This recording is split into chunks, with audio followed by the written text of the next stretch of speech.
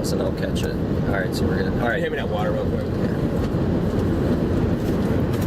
All right, what was your question? Well, we were talking about childhood and figuring out what makes people like us different from the people who are conforming and don't really have any dreams or goals and just... I was thinking about that the other day, and, so you're talking about, what makes a difference in society of people who, want to grow and be something and do something compared to everybody else who just says, why aren't you normal? Why don't you just, do this to be like everybody else? You're too idealistic. When we're kids, and you're like in a grade school or something like that, you always have people, the adults and people coming in and role models saying, you can be anything you want to be.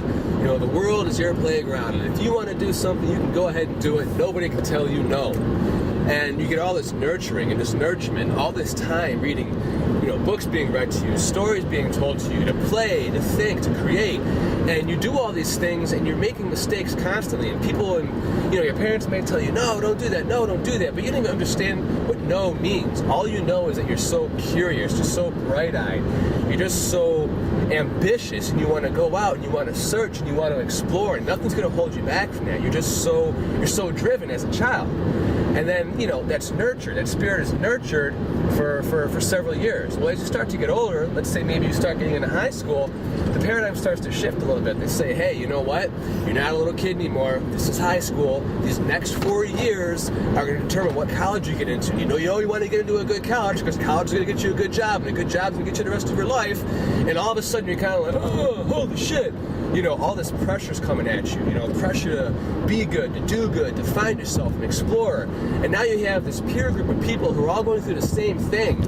So high school can be a bitch. Yeah. The peer pressure of high school, everyone's just like, trying to be something or prove themselves. It's a prison. Yeah, so some kids get bullied, some kids rise to the top and, they're jocks, and some kids are, cheerleaders, and, other kids are quiet, other kids are nerds. And it doesn't mean shit when you get out. Right, so you have all this, crazy conformity and this expression of self starting to happen, and, you're trying to figure out, where do I fit in? So now you have 4 years of that, okay?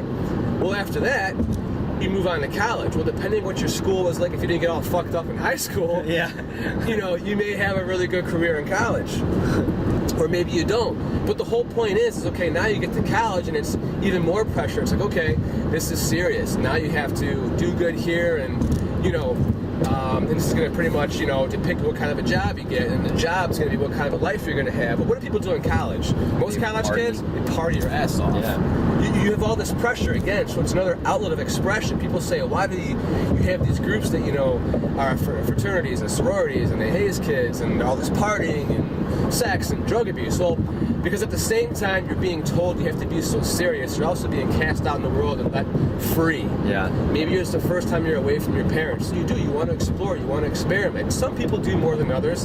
You have people who are very intelligent, who are very humble, keep themselves together, and it's a good way to find out and express and figure out who they are, what they're meant to be in life. But again, I feel sorry for interrupting you, but I feel like that expression, instead of finding your outlet and creatively how you want to express yourself and using the energy creatively, I feel like people just jump into partying and they use that energy that they have to party, and it kind of fucks them up. Somebody says, hey, you're too idealistic. Why don't you get real? All you do is drink, drugs, party, all these crazy forms of expression. Think about it. Those people who have all that creative energy, like you just said, I know a lot of the most successful people I know were some of the biggest, craziest party animals in school. They were the ones that didn't conform. They were the ones that dressed differently. Yeah, they were the ones that were outspoken. They were the ones that had detention all the time. I was one of those kids. I mean, I kind of walked both paths, but I was in detention all the time, constantly, for it being told, you don't think this way, you got to think this way, you shouldn't do this, you should do that. Well, growing up, I was told, yeah, you can do anything, be anything, and all of a sudden now I'm being told, wait, you got to be this way, and do this, and think like that, and if you don't, you're not like everybody else, and if you're not like anybody else, you're just a total loser. Yeah, okay, that's going to work in life. Seriously. You got 98% of the people feel like they're the effect of what happened, and 2% that are the cause. I want to be the damn cause. Yeah, seriously. I want to make a difference. I want to get myself out there, and I think any kind of a person who's, has that mentality that's what they've been able to keep and hold on to and guard their entire life since they were a child. Yeah. You know, just because you get older doesn't necessarily mean that you are mature. But when you can take that same idea that was nurtured as a youth and, you know, grow it and hold on to it and protect it and realize that when you become an adult, the same holds true, that the world is your playground. Anything is possible, and good things are going to happen to you, bad things are going to happen to you, and the only way you can tell if it's good or bad is how you choose to receive it. Something bad, you know, the opposite of bad is good. The opposite of good is bad. And there's always two sides to a coin, two sides to any situation. Yeah, well, my best friend just died. Yeah, that really sucks. And that's horrible.